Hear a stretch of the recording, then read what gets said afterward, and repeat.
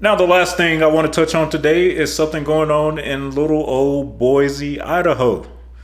Now, for those of you who don't know, Boise is one of the fastest growing metropolitan areas in the country, with people flocking there from various, especially those high cost coastal areas of Washington, Oregon, and California, for the cheaper housing that surrounds Boise.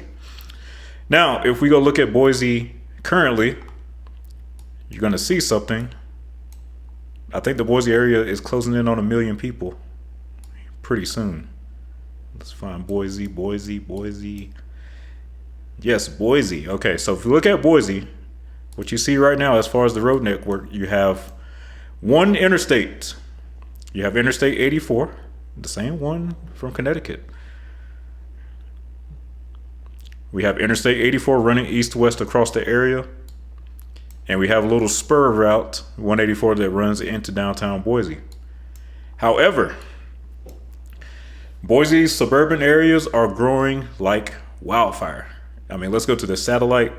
You got places down here like Kuna, which is, you can already see it. Look, yep, there it is. People coming out here to get these.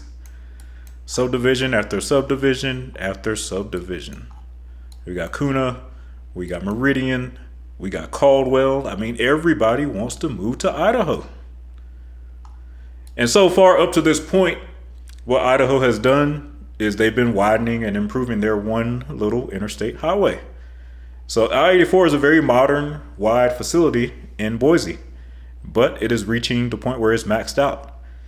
Now, I've mentioned it before on this channel, but maxed out is basically once you've got to 4 general purpose lanes on each side, you're probably about done. So, what do they do now? Well, now they're thinking about building some type of beltway. Yep, let's look at the article. Okay, never mind. Okay, we'll just take a look at the article then. It says the grim reality is that the state and regional transportation planners foresee by the time the valley has surpassed 1 million residents in 2050, without big changes, drivers will face 50% longer commutes. What to do? Historically, Idaho Department DOT has basically added lanes to Interstate 84. And the freeway was expanded in the 2000s from 2 to 4 lanes on each side, which is what you see there currently.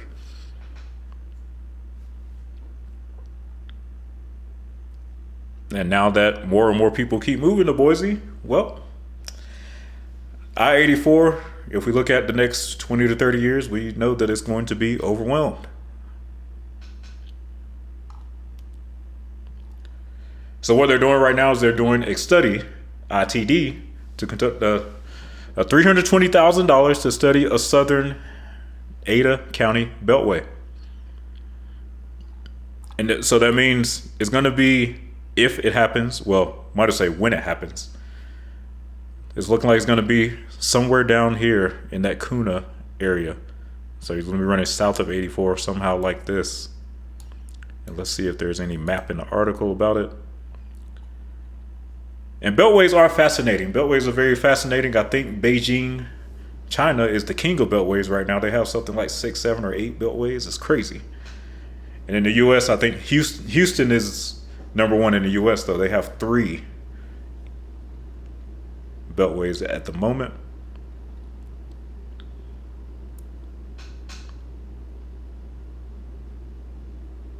Let's see what else we got down here. Okay, so this study is going to be based on travel demand modeling. And we already talked about that Idaho 16 a while back. And they're trying to determine how many lanes do you need. I will say this about beltways too. When you first introduce a new beltway into a growing area, you have to be really careful about how many lanes you decide to do. Because I think back to Charlotte, North Carolina, when Interstate 485 was initially built. North Carolina just built it as a regular 4-lane, i.e. 2 lanes on each side, freeway. And as soon as North Carolina built that first segment of 485 in South Charlotte, it immediately got overwhelmed. Immediately. It was outdated as soon as they built it. And they've been scrambling to keep the Beltway up with the growth of the Charlotte area ever since. So you really have to get this right the first time, or it's going to cost you a lot later.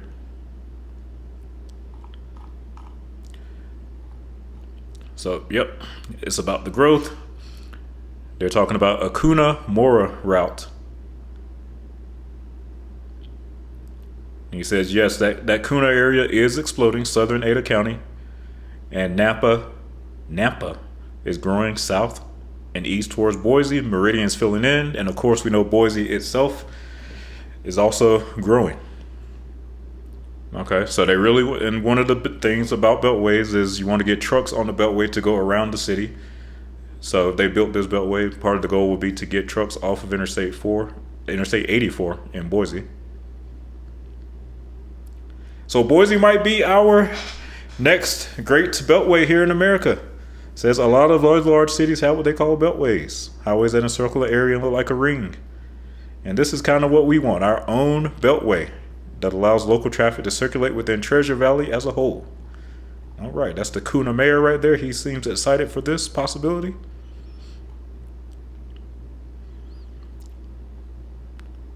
So if you're watching this video and you're considering moving or investing in the Boise area, looks like Cunha might be prime for growth over the next 20 to 30 years. Might be a good investment.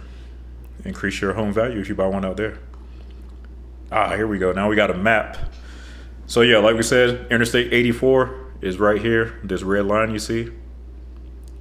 And this is the area what they're considering as some type of beltway.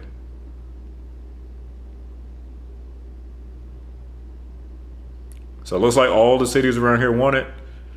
Middleton, Eagle, Caldwell, Canyon County. So my takeaway from this is at some point, Boise, Idaho will have some type of interstate beltway. It's too early to talk about possible definitive routes or highway numbers, but I think it's coming, guys. I think Boise will be our next great interstate beltway. And speaking of beltways, on this Friday's video, we are going to be talking about a beltway in a major American city. So look out for that.